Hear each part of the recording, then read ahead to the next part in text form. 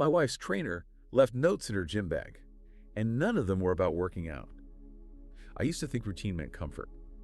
Now I realize routine just made it easier for someone to lie without being caught. Before everything changed, life was simple. I'd wake up, shower, head to work, get stuck in traffic, come home tired, and collapse into the same spot on the couch every evening. My wife, Emily, usually beat me home. She worked hybrid, so some days she never even left the house. She'd be there with her blanket, scrolling TikTok with the TV running in the background, half paying attention to both. We'd eat dinner, talk about work, and go to bed. Nothing dramatic, nothing chaotic, just normal.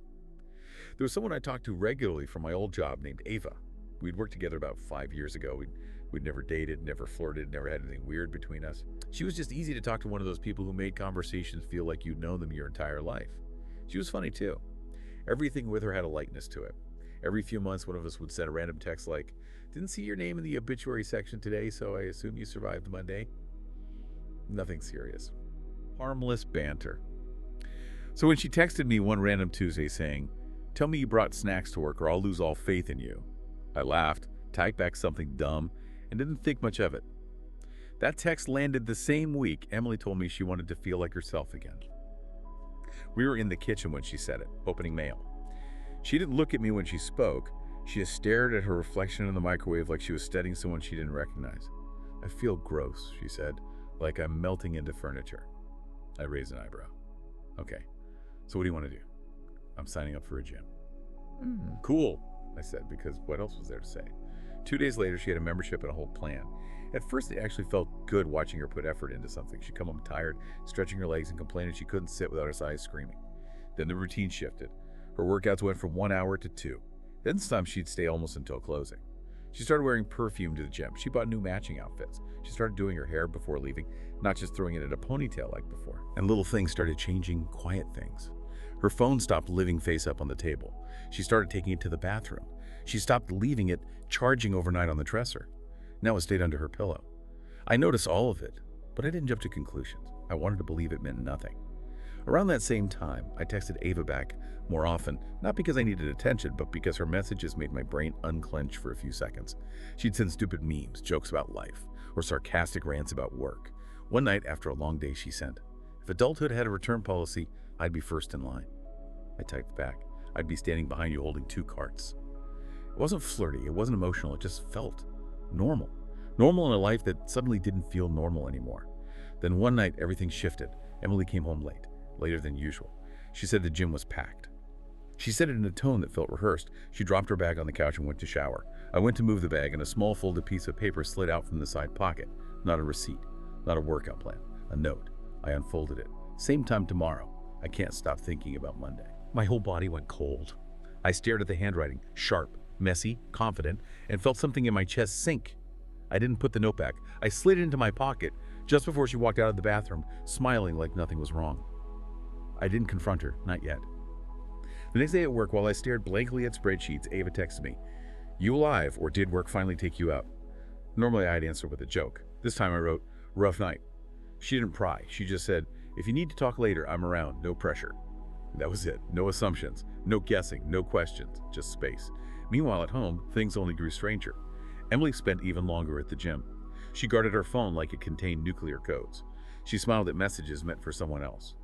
A week later, I found the second note, this one buried deep in her gym bag, next to a crushed protein bar wrapper. "I miss you already." That was the moment everything inside me shifted. Not anger, not heartbreak, just clarity. And for the first time since I married her, I felt nothing. I didn't confront her the same night I found the second note. I waited. Not because I was unsure I already knew, but because I wanted her excuses to exhaust themselves before I spoke. The next few days, I paid attention to things I used to ignore. When she lied, she looked at the floor first. When she was texting him, she smiled with only one side of her mouth, a half smile she'd never used with me. And the biggest one. She wasn't nervous. She wasn't scared of losing me. She assumed I'd stay no matter what. That realization sat in my chest, heavier than the cheating itself. One night, I couldn't sleep, so I went to the kitchen and sat in the dark. My phone buzzed. A message from Ava. "You up, or did insomnia finally win?" I stared at the screen for a second before typing back. I found something I can't unsee. She didn't respond with emojis, panic, or dramatic sympathy. She just wrote, "Talk if you need to, I'm here." So I did. Not everything, just enough. I told her Emily was distant. I told her the gym seemed too important too fast. I told her things didn't feel right. She replied, "Sometimes distance isn't accidental. Sometimes it's intentional." That hit harder than I expected. We talked for maybe an hour. She made me laugh once accidentally, and I hated that it felt like relief. Before we ended the conversation, she said, "Whatever's happening, don't let someone make you feel small, even if they pretend they didn't mean to." I didn't realize until that moment how small I'd been feeling. 2 days later, I finally confronted the situation, not with shouting or accusations, but with observation. I drove to her gym and parked far back so she wouldn't see my truck. 20 minutes later, her car pulled in. She didn't rush to go work out. She sat there fixing her hair in the mirror, checking her teeth, adjusting her top. Not for a treadmill, not for weights. For someone. Then he walked out. Jake. He looked normal, not a cartoon stereotype of a gym trainer. But the way he smiled at her wasn't professional. It was ownership. She smiled back in a way I hadn't seen since the early years of our marriage. Something inside me clicked, not broken, not shattered, just switched off. I waited an hour.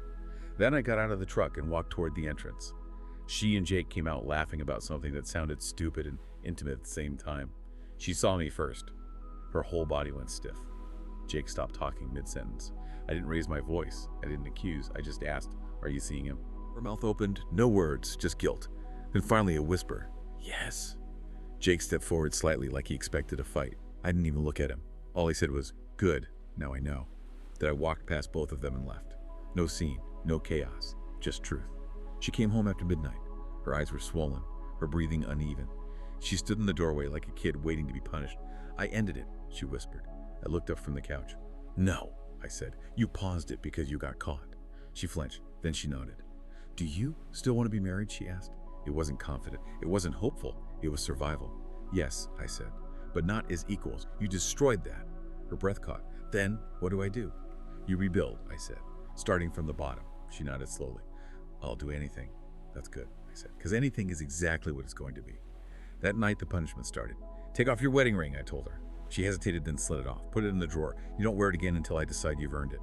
She walked to the dresser and placed it inside like it was a funeral. When she turned back, I spoke again. "From now on, every night before bed, you write one full page answering the same question." She swallowed. "What question?" I looked her in the eyes. "Why wasn't I enough?" Her knees nearly gave out, but she nodded. "And one more rule," I said. She waited. "You call him tomorrow, on speaker. While I sit right here, no crying, no shaking voice, no explanations. You tell him it's over because you chose me." A tear slid down her cheek. She didn't wipe it. She just whispered, "Okay." Then she asked something small, something almost pathetic. "Can I sit now?" "No," I said. "Not tonight." She stayed standing for nearly an hour. I didn't look at her. I didn't comfort her. I let the weight sit where it belonged. Later, when I finally went to bed, I checked my phone. A message from Ava. "Hope you're okay. You don't have to respond." I stared at it for a long minute. For the first time in months, maybe longer, I felt something I didn't feel with my wife anymore. Safety. And without thinking much about it, I typed, "Thanks. Today was a lot." She replied 2 minutes later. "Then we talk tomorrow. I'll bring snacks. Emotional trauma always requires snacks." I laughed quietly to myself. Then something settled in my chest. Ava felt like oxygen. Emily felt like punishment, and not just mine. This wasn't just the beginning of consequences. This is the beginning of change. Permanent change, the kind that doesn't reverse, the kind that ends marriages. And I didn't feel guilty about that at all. I woke up the next morning before she did. She was still sitting up in bed, propped against the headboard, notebook open on her lap. She must have fallen asleep writing. The pen was still in her hand. I didn't touch her or wake her gently. I just walked to the kitchen and made coffee. When she finally came out, eyes swollen and shoulders stiff, she placed the notebook beside my mug without saying a word. I didn't read it. I didn't even look at it. Instead, I said, "Get your phone." She went pale but nodded. She brought it over and sat down, waiting for instructions. "No," I said. "Stand." She stood. "Call him." Her hands shook, but she did it. She put the phone on speaker, and it rang twice before he picked up. "Hey," Jake answered, all casual confidence. "You coming to the gym today?" Silence. "Emily?" She swallowed. "It's over," she said. "Don't call me. Don't text me. Don't speak to me again." There was a pause. Then, "Your husband's there, isn't he?" I said, "It's over," she repeated, voice cracking. Then she hung up. She stared at the phone like it was a grenade. "Good," I said. "Now go get ready for work. You don't go anywhere else today." She didn't ask questions. She just nodded and went to change. At work, everyone acted normal. Emails, printers, pointless meetings, the usual noise of adulthood pretending it has structure that Ava knew. Not because I told her, but because she saw me walk in and stopped joking mid-sentence. Her expression softened. She walked up, lowered her voice, and whispered, "You look like someone who fought a war in their living room." I let out a breath I didn't know I was holding. She rested a hand on the back of my chair, not possessive, just grounding, and said, "Lunch, we're going. No arguments." I nodded. At lunch, we sat in her car eating cheap tacos because she insisted emotional damage required tortilla-based support. She talked just enough to break the heaviness, but not enough to drown it. At one point, she said, softer than her usual tone, "Sometimes holding someone accountable feels empowering at first, then it just feels exhausting." I didn't respond. I just stared at the windshield. She nudged me with her elbow gently. "When you're ready," she said, "you can talk. I'll still be here. No pressure, no expectations, just space." Meanwhile, at home, Emily was changing. Not because she had clarity, because she had consequences. She cleaned more. She checked in constantly. She hovered like she was terrified. Disappearing from my line of sight would erase her last chance. One night she asked quietly, "Are you ever going to forgive me?" I didn't look up from the TV. "I haven't decided yet." She nodded like that answer hurt more than if I'd just said no. For weeks, she wrote those pages, every night the same question. Why wasn't I enough? Some days the pages were angry, some days apologetic, some days desperate. It didn't matter. The assignment wasn't about closure, it was about weight, and she carried it. Meanwhile, things with Ava shifted. Slowly, naturally.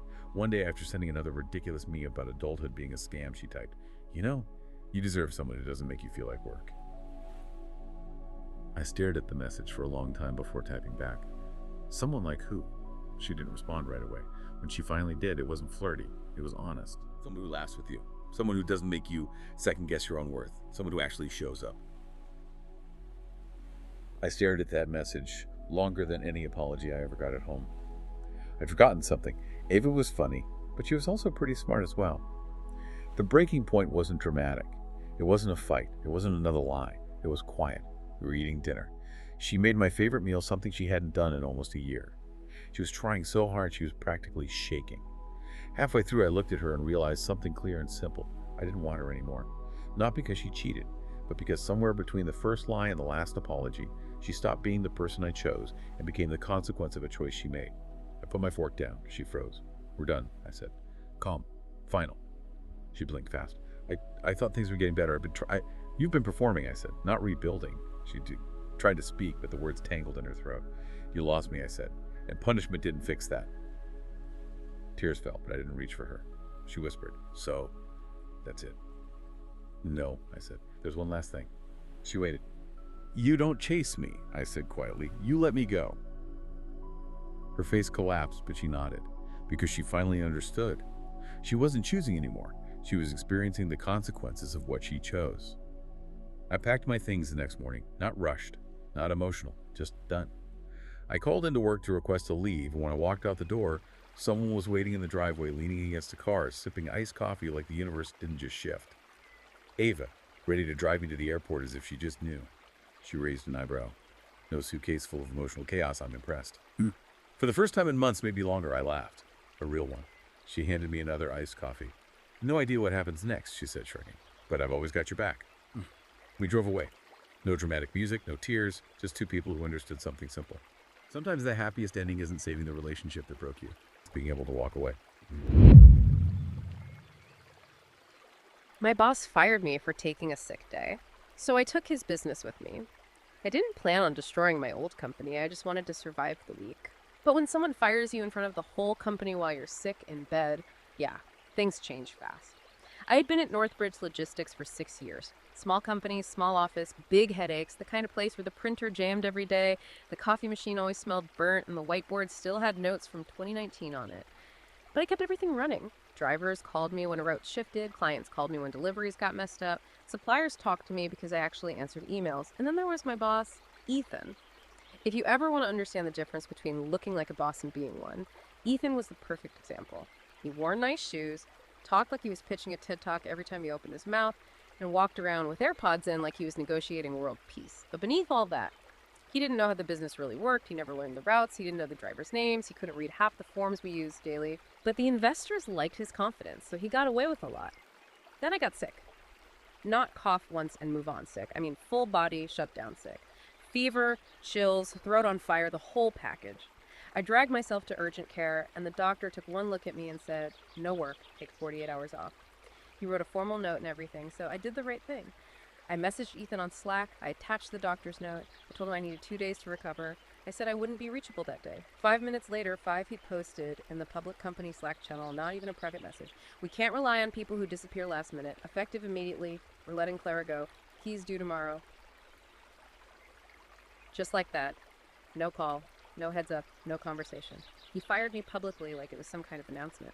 And what made it worse, people reacted with emojis. Someone used the sad face, someone used the surprise face, someone, I swear, used the little party horn emoji because they thought it was a joke. It wasn't. I read that message from my bed, shivering under 3 blankets, staring at my phone like it had betrayed me. 6 years of carrying that company on my back. And that was how he dismissed me. A lazy, careless, half-hearted message in the general chat. Not thoughtful, not serious, just checking a box. The next morning, even though I was still sick, I drove into the office to pack my things. I wanted my mug, my sticky notes, and my headphones. I wasn't leaving those behind for Ethan. The moment I walked in, I could tell things were already falling apart. My inbox was overflowing, drivers were confused, clients were asking where I was, suppliers were emailing me directly instead of the company. I knew then what I'd always suspected. Northbridge didn't run because of the visionary boss. It ran because of me. Ethan walked over while I was putting my stuff in a box. He had this annoyed look on his face, like I was the one who messed up. "You should have given more notice before disappearing yesterday," he said. I stared at him, still feverish, still exhausted. "You fired me." He shrugged like it wasn't a big deal. "It was a disciplinary action. You overreacted." I wanted to scream. I wanted to throw something. But I didn't have the energy or the patience. Instead, something else hit me. Clients weren't messaging Ethan. Drivers weren't calling Ethan. The suppliers weren't chasing Ethan. They were contacting me. They wanted me. And a quiet thought slipped into my mind. If they trust me, not the company, then what happens if I'm not there at all? That thought grew on the drive home. Northbridge's entire workflow lived in my head, the customer preferences, the routes, the driver habits, the little details that made everything run smoothly. I didn't need the company, but the company definitely needed me. That night, still wrapped in blankets and surrounded by tissues, I opened my laptop. I created a new email. I wrote one simple message, polite, short, nothing dramatic. "Hi, I'm no longer with Northbridge. If you need help or want to stay in touch, you can reach me here." I sent it to the main client contacts I handled personally. I didn't expect much. But within an hour, replies started coming in. "Wait, what happened? Are you okay? Can we talk? We want to keep working with you." And then the one that made everything click. "Would you be open to consulting for us directly?"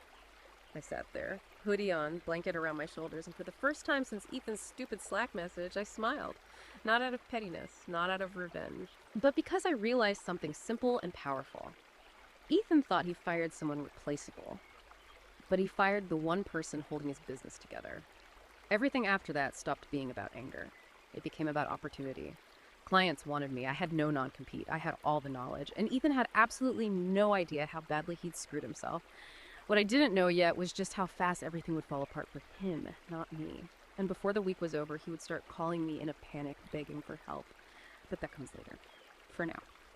My new beginning had just started. By the end of that week, I'd stopped thinking like an employee and started thinking like someone who could actually run something. Not a huge corporation, not some Silicon Valley fantasy, just something stable, something honest, something that wasn't controlled by a man who treated humans like disposable batteries. The first real shift happened on a Thursday morning. I woke up still a little congested, but finally human again. I sat on my couch with a blanket around my shoulders, sipping tea, checking my email, and that's when I saw it. 12 new messages. All from clients, all asking versions of the same thing. "Clara, can we work with you directly?" I stared at the screen, not shocked, not arrogant, just awake in a way I hadn't been in years. Clients didn't ask for me because I was convenient. They asked because I was good, because I answered calls, because I fixed problems, because I knew their businesses almost as well as they did. And Ethan, he showed up to client meetings with empty confidence and left the hard work to the rest of us. It was around noon when I decided to do something I'd been scared to even think about for years. I looked up how to start an LLC. It wasn't glamorous. It was literally me in pajamas on my couch watching a 5-minute YouTube tutorial titled "How to Start a Business with No Money." But it worked. By 3:00 p.m., Everline Operations Consulting existed, a real business, with a real EIN, real documents, a real tiny website I built myself with a basic template. It wasn't perfect, but it was legitimate enough that I could send invoices and contracts. That night, I drafted a simple message. Not dramatic, not salesy, just honest. "Hey, just letting you know I'm available for short-term operations support while I find something more permanent. Happy to help stabilize your schedule if you need it." Clients didn't hesitate. One replied within minutes, "Please, we need you this week." Another wrote, "We'd rather work with you than go through Northbridge. When can you start?" I didn't steal clients. I didn't chase them. I didn't even pitch myself aggressively. I just existed outside the company for the first time, and people gravitated toward me because competence is loud even when you speak softly. By the end of the first week, 3 clients had already signed short-term contracts with Everline. That's when things started shifting for Ethan. The first sign came on a Monday morning when a driver, Sam, messaged me out of nowhere. Sam, Northbridge is messed up right now. Ethan doesn't know how to route anything. Trucks got mixed up. A warehouse staged the wrong pallet. He was yelling at everyone this morning. I wasn't surprised. I knew how much of the work I carried, but hearing it still hit me in a weird place, a mix of vindication and sadness. I hadn't wanted my old coworkers to suffer, just him. But the thing about bad leadership is that it never hurts just one person. It hurts the people who actually care. 2 days later, another message came, this time from a dispatcher named Maya. Maya, Clara, he begged me yesterday not to quit.